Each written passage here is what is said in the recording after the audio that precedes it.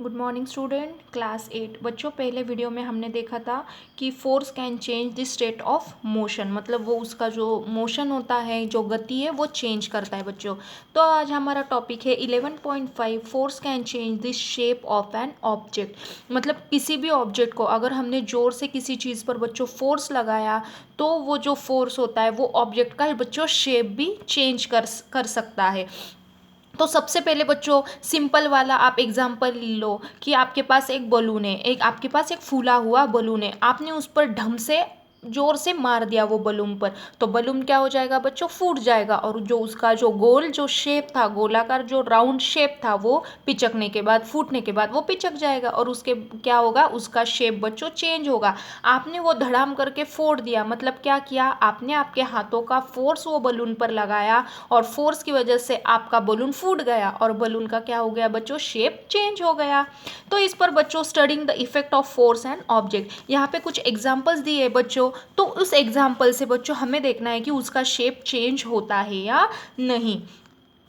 A lump of dough on a plate. देखो बच्चों, आपकी मम्मी क्या करती है, आटा लगाती है। जब रोटी बनानी हो तो आपकी मम्मी दोनों हाथ से आटा लगाती है।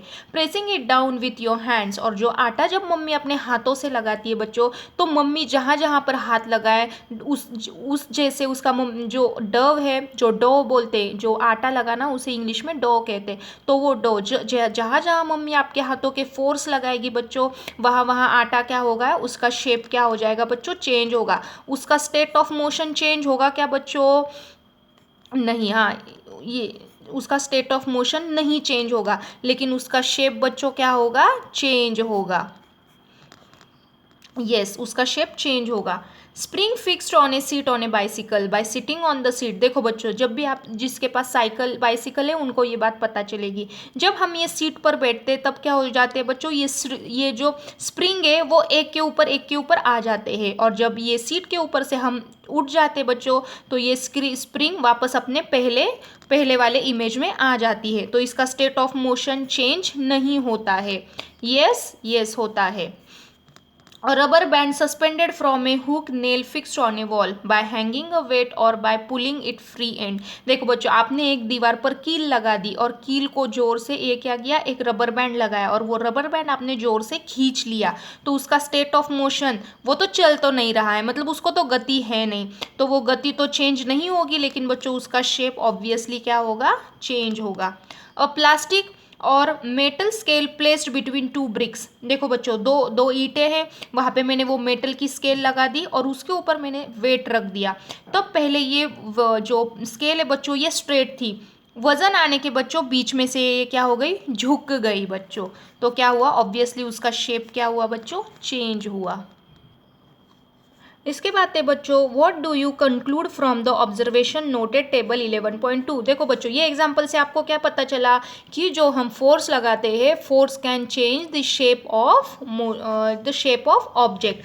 What happens when you apply a force of an inflated balloon by pressing it between your palms. देखो बच्चों, पाम्स यानी आपके जो ऐसे हाथ होते हैं, अगर आपने फूले हुए बलून को दोनों हाथ से दबाया तो क्या होगा बच्चों, what happens to the shape of a ball of dough when it is roll to make a chapati. Mummy क्या बनाती है, पहले से गोल गोल गोल गोल बना लेती है और फिर उसको क्या करती है, बेलन से रोटी को बेलती है। तो क्या हो जाता है, जब बेलन को अपने हाथों का फोर्स जब बेलन पर आता है और बेलन इसको जब रोटी बनाता है बच्चों, जब बेलता है, तब इसका शेप क्या हो जाता है बच्चों, चेंज हो जाता है। What happens when you press a rubber ball placed on A table.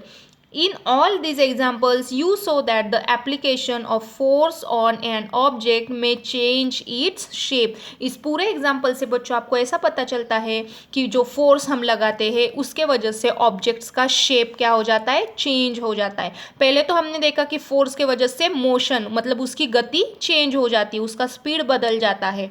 Second time हमने देखा बच्चों कि जो फोर्स होता है उसके वजह से ऑब्जेक्ट का शेप भी चेंज हो जाता है।